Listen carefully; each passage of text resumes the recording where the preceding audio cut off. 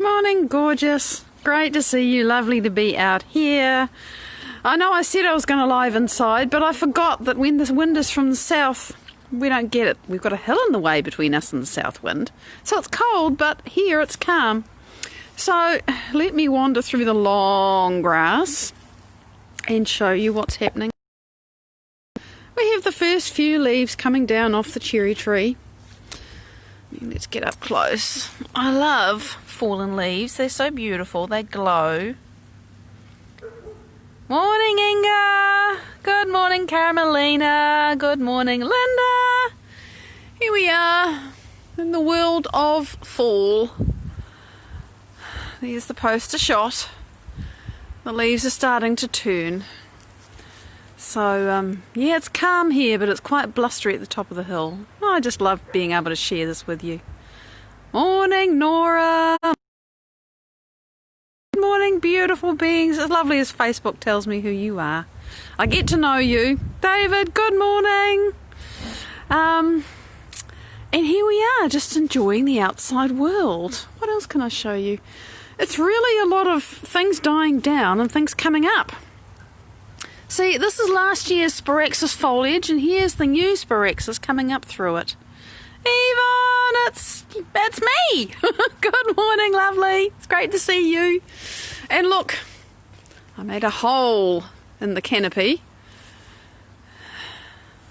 And there's a blackbird in there, you can hopefully see. Noreen, good morning. Good morning, Vicky. Prune this. You would remember this was a big green thing covered in heart-shaped leaves.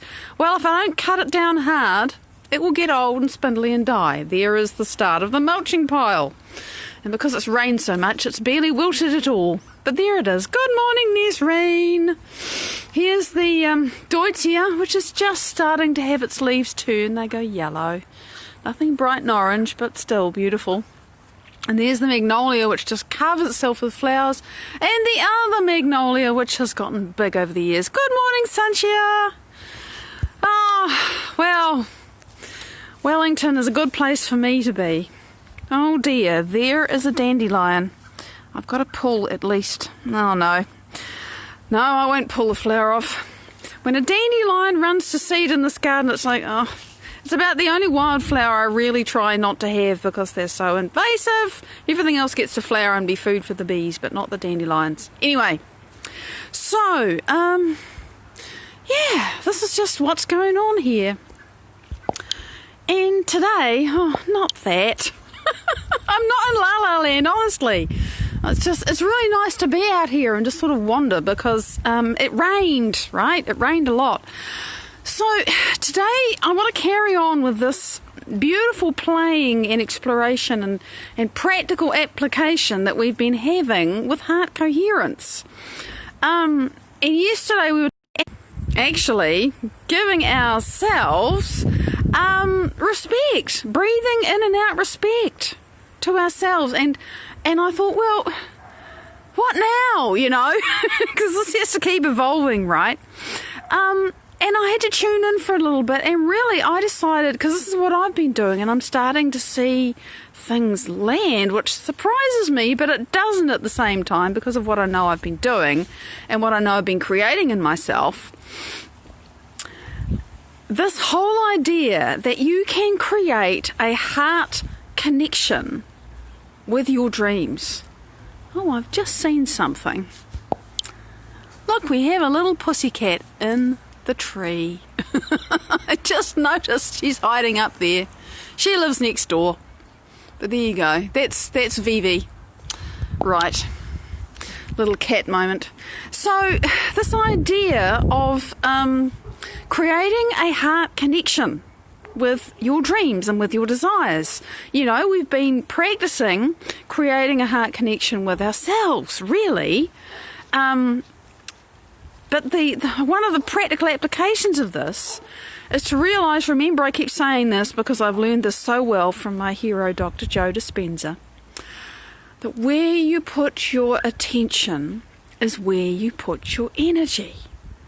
And so where you put your energy is what is going to grow. It's going to get bigger. It's going to, you know, It's like if you've got a sore hand, but you manage to completely engage your attention on something else that really interests you or that you love, you forget about the fact that your hand is sore.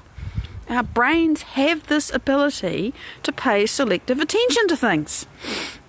And, if your hand is really sore, that can be a huge challenge to do. But I'm just pointing out the fact that we are capable of this. So we've been putting attention into our hearts and practicing a little heart coherence. And I hope that some of you have been playing with this, not just in the lives. Because every time you practice it and explore it, the part of your brain, the connections in your brain that went, we tried that weird thing and it sort of felt good, maybe I'll try it again. When you do it again, those connections get strengthened, and more than that, they actually make more connections. You make a neural network, and then it becomes more enriched every time you have an experience. Good morning, John. That's just how it works. And I'm noticing this in my own meditations every day. At the moment, I'm doing the same 2 meditations in a row every day, with a gap in the middle just to allow my brain to change gears. And, I've been doing this particular meditation maybe a couple of weeks. Can't remember. It's awesome. It's got everything in it that I love. But what I'm amazed by, and I understand it, see, I would just be mystified otherwise, because Joe's taught me so well.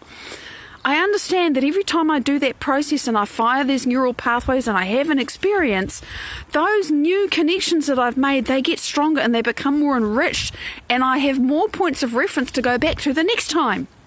And I do. It's just amazing what I'm experiencing now within a couple of weeks, or however long it is, of doing this incredible, gorgeous process, which I've just completely fallen in love with. Every time I find a new process, I fall in love with it. But this one is like, it's healing me.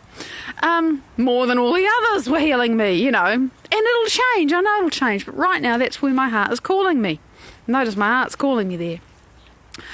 And so the more we put our attention onto something, and the more we revisit it, and the more we practice it, the more we don't just make new neural connections, we actually maintain them and we strengthen them.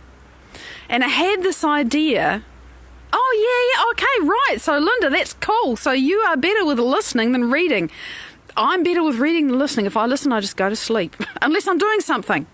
Yoga and listening to Joe is great. Sitting and listening to Joe, I'll just go to sleep. Amazing, eh? We've got different brains.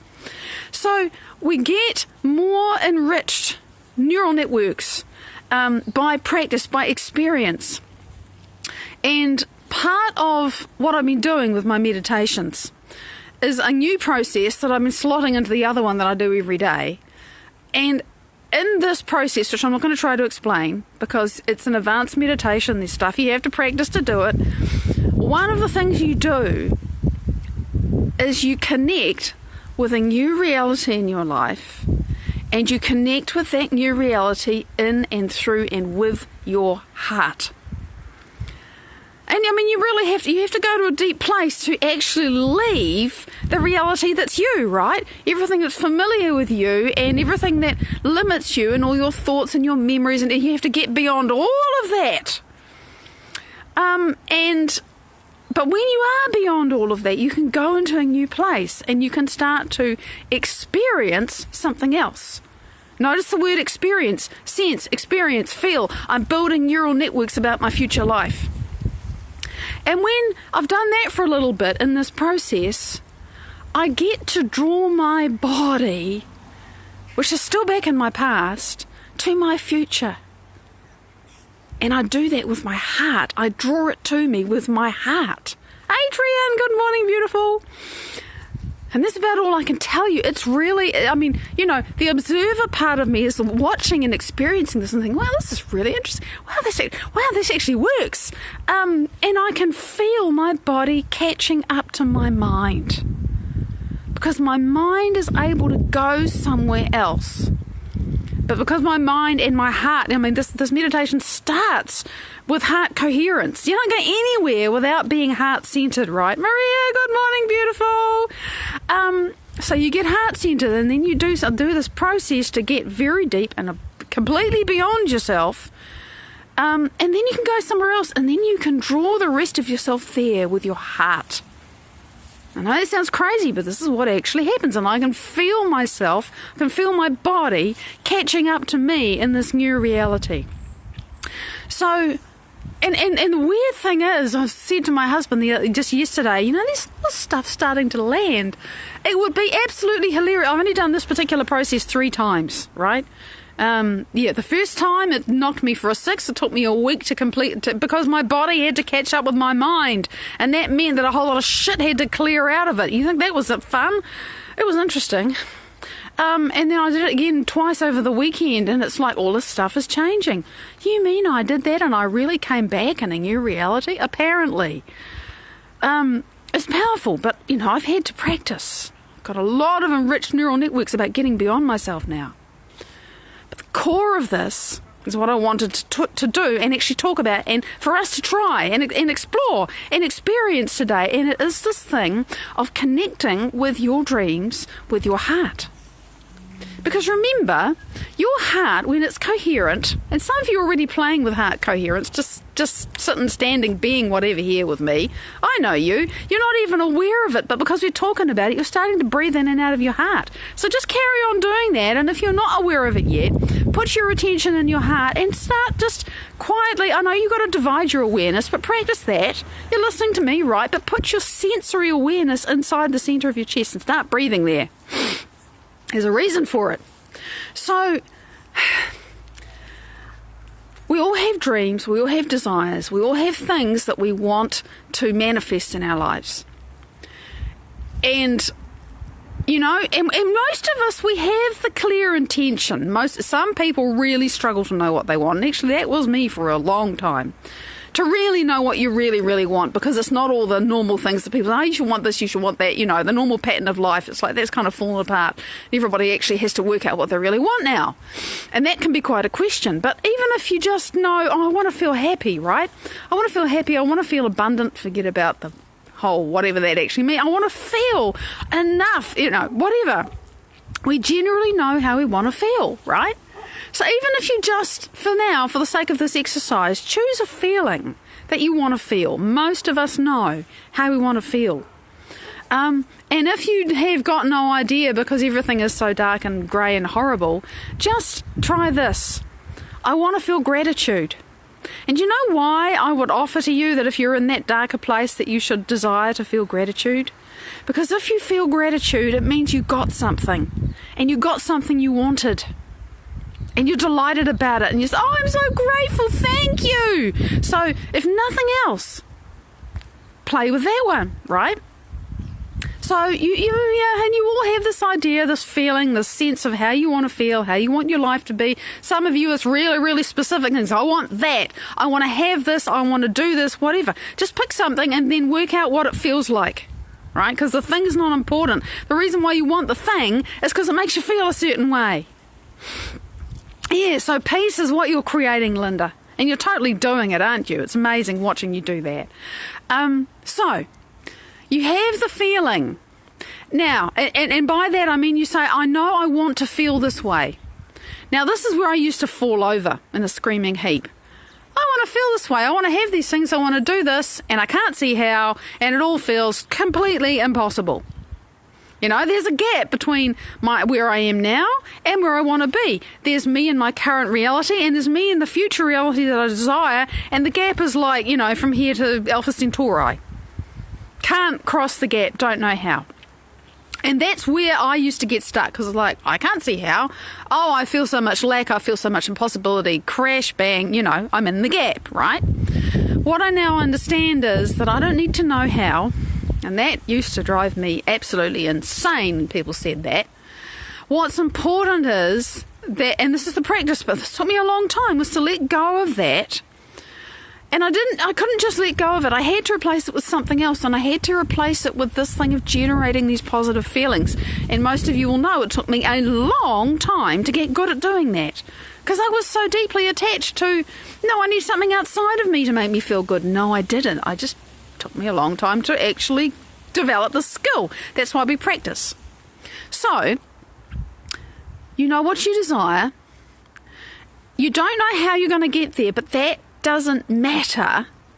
What's important is that if you can generate the feeling of it, and you can hold that feeling in your heart, and you can start to imagine who you are when you feel that feeling, you can make a heart connection with your future self. That's really that's a chunk of what I want to explain. Maybe, I don't know, we'll do this again tomorrow. I have no idea. But to actually just take a quantum leap in your thinking and feeling and start to imagine and rehearse and practice that future self. So do that. Envision, listen, sense, feel, taste, smell, temperature, gravity, clothes you're wearing, where you are, what you're doing.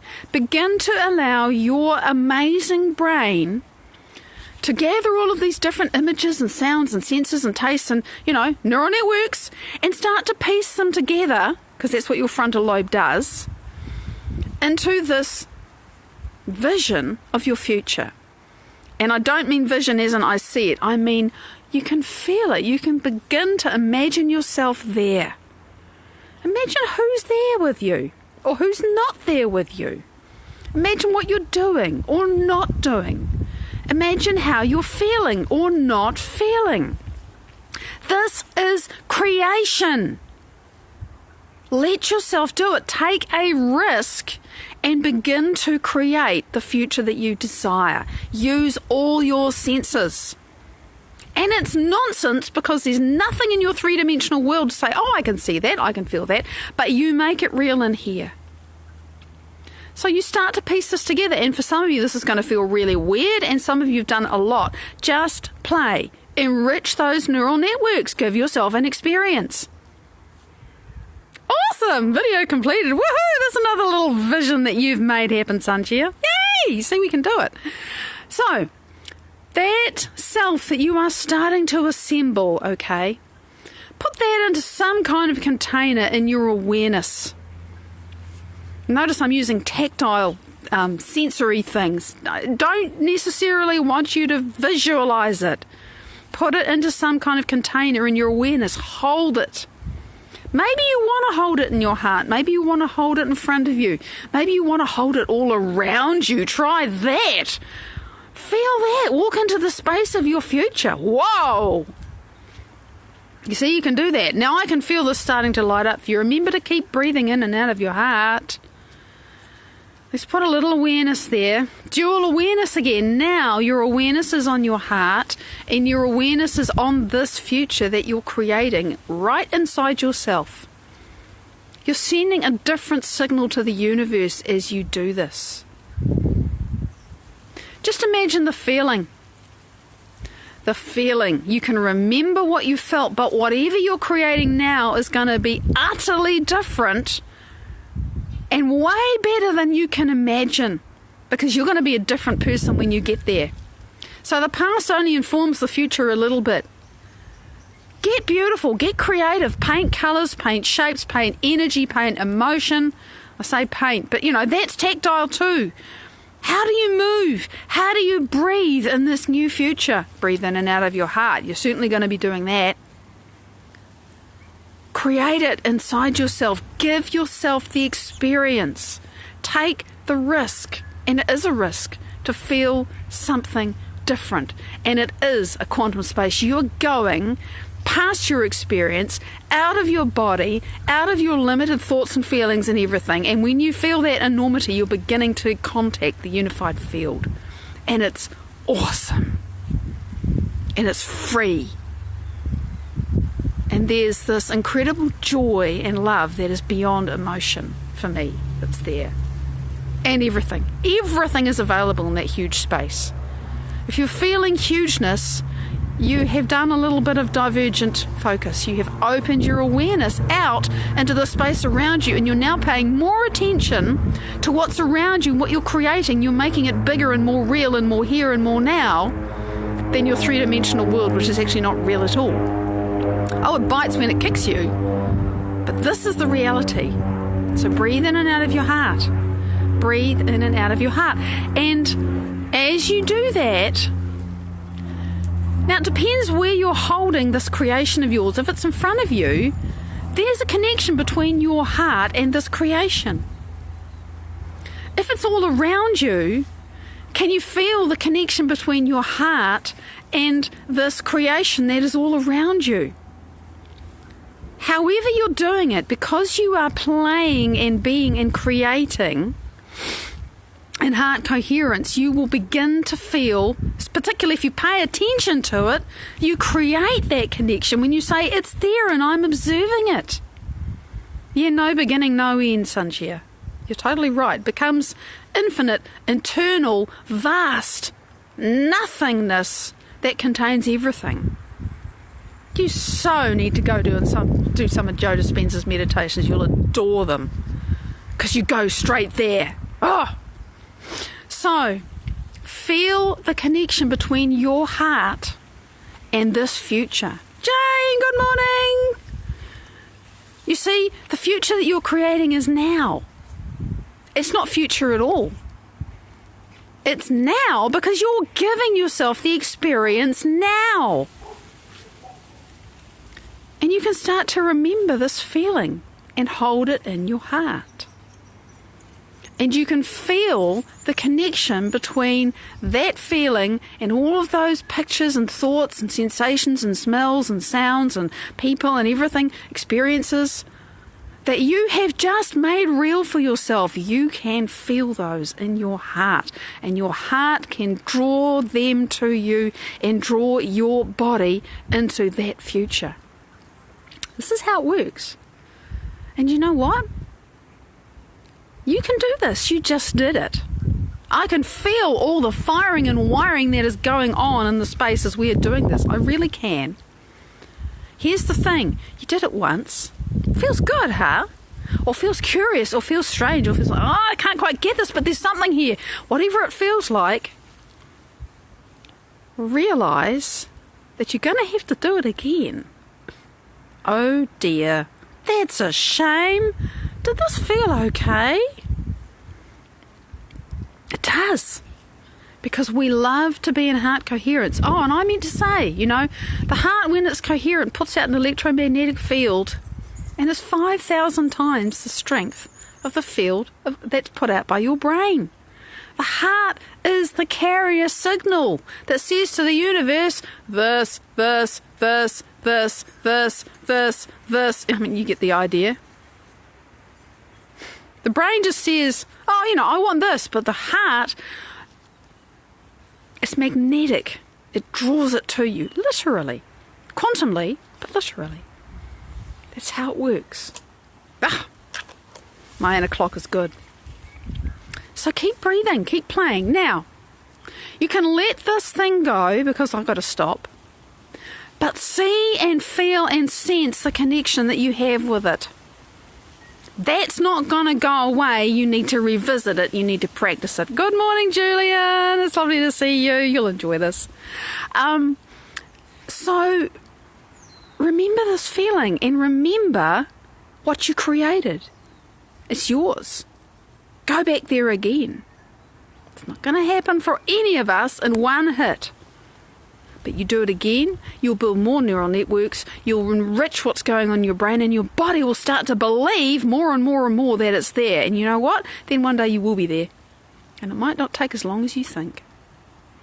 Because when you create in no time, it takes no time to get to you. Alright, I gotta stop. I'm going to show you this cat, because she's just looking at us. There she is. Morning, Vivi. She's black and ignoring us, but there you go. Very much love. I am going to see those of you who wish to. In 3.5 hours, I'm going to give you an update on our Sang Marie, who was in the Gambia, having his own experience of life there during what's hopefully the tail end of the COVID-19 crisis. We don't know, but it's looking like things might be resolving. So I'll look forward to catching up with you if you can join us on that update. It'll be beautiful to see you again. Big love. I'll see you tomorrow. Bye-bye.